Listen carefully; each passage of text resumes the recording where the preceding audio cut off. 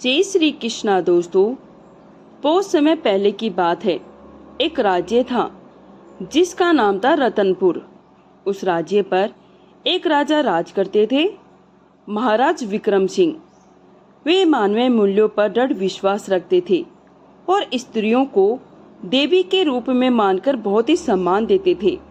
एक दिन महाराज अपनी रानी और कुछ सेवकों के साथ वन विहार के लिए निकलते हैं।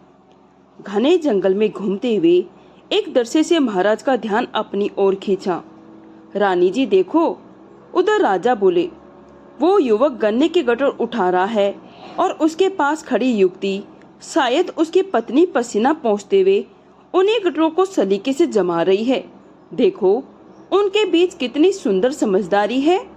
कितना भी कठिन काम क्यों ना हो, उनके चेहरे पर मुस्कान है। उनके बिना बोले भी एक दूसरे को समझने का भाव साफ दिखता है। रानी मुस्कुराकर बोली, सच कहा महाराज, ये दृश्य मन को बहुत ही सुकून देने वाला है। महाराज ने आदेश दिया, रामैया जाओ, उन्हें आदर पूर्वक यहाँ लेकर आओ, मैं उनसे बात करना चाहता हूँ। थोड़ी देर बाद वह युवक हाथ जोड़कर राजा के सामने खड़ा हो गया। उसके चेहरे पर आदर था, लेकिन हल्की चिंता भी झलक रही थी, शायद डर के। राजा ने क्यों बुलाया? राजा ने नरम मुस्कान के साथ पूछा, युवक तुम कौन हो और तुम्हारा नाम क्या है? कहाँ से आए हो? इस जंगल में तुम गन्ने के गट्टर काट रहे हो। तुम्हारा जीवन कैसा चल रहा है? युवक ने थोड़ा साहस जुटाकर शांत स्वर में उत्तर दिया, महाराज मेरा नाम रामू है। मैं और मेरी पत्नी पास के गांव में रहते हैं। गन्ना काटकर और बेचकर जो भी कमाई होती है उसी से हम जीवन यापन करते हैं। हमारे पास अधिक आवश्यकताएं नहीं है। जो कमाता हूँ वही हमारे लिए प्राप्त है। राजा और भी उत्सुक हो गए। बहुत ही अच्छा, इतना संतोष भी एक वरदान है। लेकिन जैसा तुम कह रहे हो, खर्चों के बाद कुछ धन तो बचता होगा, फिर उस धन का क्या करते हो? रामू ने हल्की मुस्कान के साथ जवाब दिया, महाराज जो धन बचता है उसे मैं 4 हिस्सों में बांटता हूँ। एक हिस्सा निवेश के रूप में दान करता हूँ, दूसरा ऋणदाताओं को देता हूँ, तीसरा व्यर्थ खर्चों में चला जाता है और जो बचता है वह मैं अपने शत्रु को दे देता हूँ, यानी अपनी पत्नी को। रामू की इस बात ने महाराज को चौंका दिया। स्त्रियों को अत्यंत सम्मान देने वाले महाराज को ये वाक्य सुनकर बहुत ही क्रोध आया। ये तुम क्या कह रहे हो? अपनी पत्नी को शत्रु कहते हो? क्या तुमने अपना विवेक खो दिया? अपनी पत्नी को अपमानित करना क्या तुम्हें शोभा देता है? मैंने जो सम्मान तुम पर किया था वह अब समाप्त हो गया है। स्त्रियां देवियां होती है, उन्हें हमें पूजना चाहिए। उन्हें शत्रु कहने की तुम्हारी हिम्मत कैसे हुई? जाओ, मेरी आंखों से दूर हो जाओ, दोबारा कभी सामने मत आना। रामू चुपचाप सिर झुकाकर चला गया। उसे ये महसूस हो गया था राजा ने उसकी बात को गलत समझ लिया है और अभी गुस्से में है, इसलिए उसने मौन रहना ही बेहतर समझा। जैसे ही रामू चला गया, राजा के मन में विचार आने लगे, क्यों वह बिना कुछ कहे चला गया? क्या मैंने उसे ठेस पहुंचाई? शायद मैं उसकी बात का असली मतलब नहीं समझ सका, लेकिन उसकी बातों में कोई गहरी बात जरूर थी। उन्हीं विचारों से विचलित होकर राजा स्वयं उसके पीछे गए और एक पेड़ के पीछे बैठे रामू को देखकर बोले, तुमने भले ही किताब ना पढ़ी हो, पर तुम्हारी बातों में जो गहराई है उसने मुझे सोचने पर मजबूर कर दिया। जो 4 बातें तुमने कही थी, क्या तुम उनके अर्थ मुझे विस्तार से समझा सकते हो?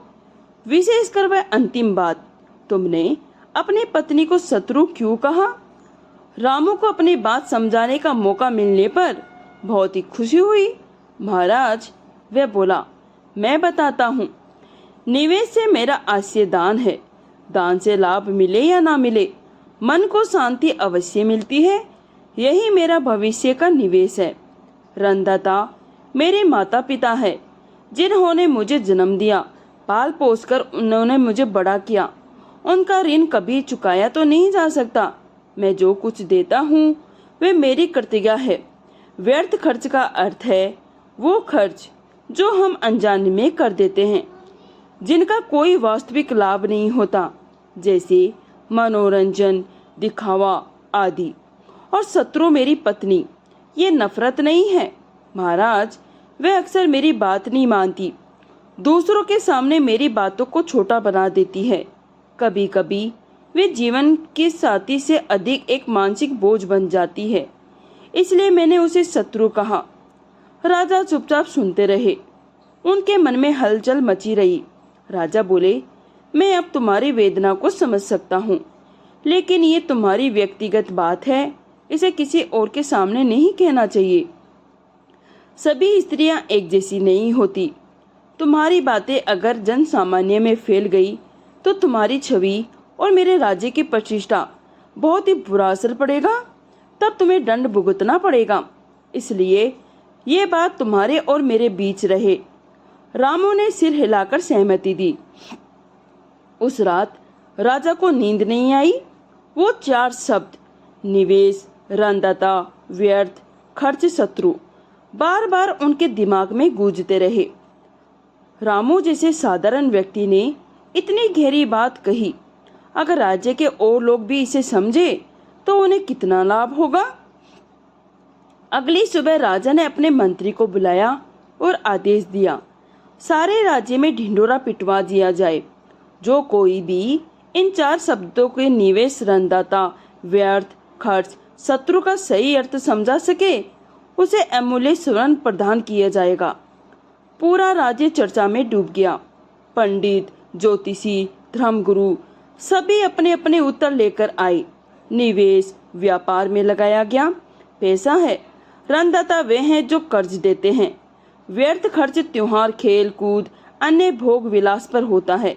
शत्रु कोई भी हो सकता है। लेकिन राजा को किसी उत्तर से संतोष नहीं हुआ। इन उत्तरों में अनुभव की गहराई नहीं थी, इनमें जीवन की अनुभूति नहीं थी। उसी समय गांव में रामू की पत्नी लक्ष्मी ये घोषणा सुनती है, अरे ये तो वही शब्द है जो रामू ने राजा से कहे थे। अगर मैं जाकर ये बात कहूँ तो मुझे इनाम मिलेगा। रात को रामू घर लौटा तो लक्ष्मी दरवाजे पर उसकी प्रतीक्षा कर रही थी। मुझे तुमसे बात करनी है। राजा ने आज उन्हीं 4 शब्दों पर इनाम घोषित किया है। मैं जानती हूँ तुमने क्या कहा था, मैंने सुना था। प्लीज अब मुझे उनके अर्थ भी बता दो। रामू ने चेतावनी दी। राजा ने स्पष्ट रूप से मना किया था, मैं ये बातें किसी और को ना बताऊं। अगर ये बात उजागर हो गई तो मुझे सजा मिलेगी। लेकिन मैंने पहले ही सुन लिया था। लक्ष्मी बोली, तब मैं नहीं समझ पाई थी, अब समझना चाहती हूँ और वादा करती हूँ किसी से कुछ नहीं कहूंगी। रामू ने उसे समझाया, बट एक शर्त है, ये बात केवल हमारे बीच रहेगी। लक्ष्मी ने हामी भरी और रामू ने उसे 4 शब्दों का अर्थ विस्तार से बता दिया। उस रात लक्ष्मी ने सोचा, अब जबकि मुझे सारे अर्थ पता है तो कल जाकर राजा से कह दूंगी और इनाम लेकर लौटूंगी। बाद में रामू को मना लूंगी। अगली सुबह वह राजा के दरबार में गई और सिर झुकाकर प्रणाम किया। क्या तुम इन 4 शब्दों का सही अर्थ जानती हो?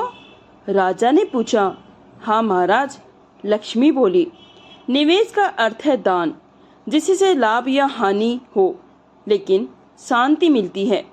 ऋणदाता है माता पिता, जिन्होंने जीवन दिया, उन्हें देना हमारा कर्तव्य है। व्यर्थ खर्च वे चीजें हैं जिन पर पैसा लगाने का कोई वास्तविक उद्देश्य नहीं होता। शत्रु मेरे पति ने मुझे ही शत्रु कहा, क्योंकि मैं उनके भरोसे को कभी कभी तोड़ देती हूँ। लेकिन उस शब्द में नफरत नहीं बल्कि दर्द और प्रेम छिपा है। राजा चौंक पड़ी। तुम कौन हो? तुम्हें ये शब्द कैसे पता चला? महाराज, हम वही गन्ना बेचने वाले दंपति हैं जिन्हें आपने जंगल में देखा था। ये सारे शब्द मेरे पति रामू के हैं, मैंने बस उन्हें दोहराया है। राजा के चेहरे पर शांति छा गई। तुमने बहुत ही सुंदर उत्तर दिए। तुम्हें न केवल अपने पति की भावना समझ में आई, बल्कि तुमने बुद्धिमानी से सही समय पर उनका उपयोग किया। ये इनाम तुम्हें मिलता है। उन्हें इनाम देकर राजा अभी भी शांत नहीं थे। उन्होंने तुरंत रामू को बुलवाया। अगले दिन रामू दरबार में सिर झुकाए खड़ा था। रामू, तुमने मेरी आज्ञा का उल्लंघन किया है। मैंने कहा था ना, ये बात किसी को मत बताना, लेकिन तुम्हारी पत्नी ने इन्हीं बातों से इनाम जीता है। अब बताओ तुम्हें क्या दंड मिलना चाहिए? अब बताओ तुम्हें क्या दंड मिलना चाहिए? रामू बिना डरे बोला, महाराज, उस दिन जब मैंने कहा था मेरी पत्नी मेरी शत्रु है, आपने मुझे डांट दिया था। अब वही पत्नी मेरी बातों से इनाम ले आई। अब आप ही बताइए, क्या मैंने झूठ कहा था या जीवन ने मुझे सच बोलना सिखाया है? राजा बोला। राजा का दिल भर आया। आज मुझे सच्चाई का बोध हुआ है। तुम्हारी बातें अनुभव से आई है। तुमने कोई गलती नहीं की है। अब मैं तुम्हें दंड नहीं, सम्मान दूंगा। तुम्हारी पत्नी से दुगना इनाम तुम्हें मिलेगा, तुम्हारी बुद्धि, धैर्य, ईमानदारी के लिए। राजा ने उन्हें सम्मान के साथ विदा किया। उस रात सोने से पहले राजा के मन में एक विचार गुजरता रहा। स्त्री शत्रु नहीं होती, लेकिन यदि उसे समझने का मानसिक बल ना हो तो प्रेम भी पीड़ा बन जाती है।